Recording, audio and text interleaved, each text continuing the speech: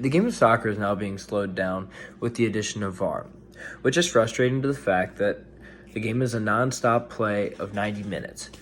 But usually something that took such small amount of times like fouls, offsides calls, and sometimes the ball being played out of bounds, the game has now found the minor complications with fouls taking up more than a minute for VAR officials to agree with a call that is being given by a referee or one that they believe is correct. From Wired Magazine, written by Eric Niler, he states, while most VAR calls only take a minute or so on the field, some decisions take longer and slow the pace of the rhythm of the game of a fast-moving and momentum-driven sport. Lots of time is wasted on VAR's ruling, mainly on offsides calls. When looking at offsides calls by VAR, while taking they will take a video image of the game, and they will take a stopped image of the game, lining the attacker's body up with the defender's body and seeing who is closer to goal.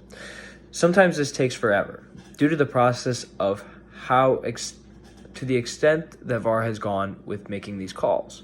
Sometimes players will be called off by a fraction of just their toe being offsides. This is a new added frustration with the game that players find, because how can being an inch offside really affect a play of a game? Now talking about how on multiple occasions the game has been decided by VAR, and looking back on situations that a referee called. VAR has overturned countless calls and has changed the outcomes of many games. A huge change of events came last year in the Champions League game between PSG and Manchester United. Jason Burt and JJ Bull talk about the game in their article. Man United pull off an incredible comeback as Paris Saint-Germain capitulate in Europe after a dramatic late VAR decision.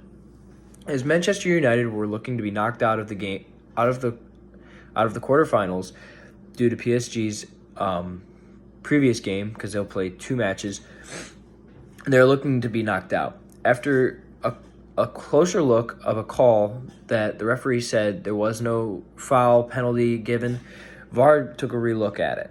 As VAR did, they noticed a handball. The reason for the quotes of handball is the player did react in a way that anyone would if a ball was hit at them. But with the arm being in natural position and the ball hitting him in natural position as he was turning away from the shot, there is no reason to be called a penalty. Well, the penalty was awarded in the end and was given to Manchester United, who then actually kicked out PSG out of the tournament. A study shown in Alexandros Vergonis technical and tactical analysis of the goal-scoring patterns in the 2018 FIFA World Cup shows that VAR actually has an impact of 92% of the outcome of games. With the outcome of games being so heavily weighted on VAR and its decisions, it has now gotten the reactions of some players on and off the field. Bleacher Report's Dean Jones article, How the Players Feel About the Use of VAR at the World Cup, he finds players having both sides of VAR. One player specifically, Nordine Armamba, a Netherlands player who reacted very aggressively to one of VAR's calls on camera during a game using very harsh words. He then states in the article himself, if you don't use it every time, it does not work. Showing that players do understand that VAR has both sides of the game, but it does add a new frustration inside of the game.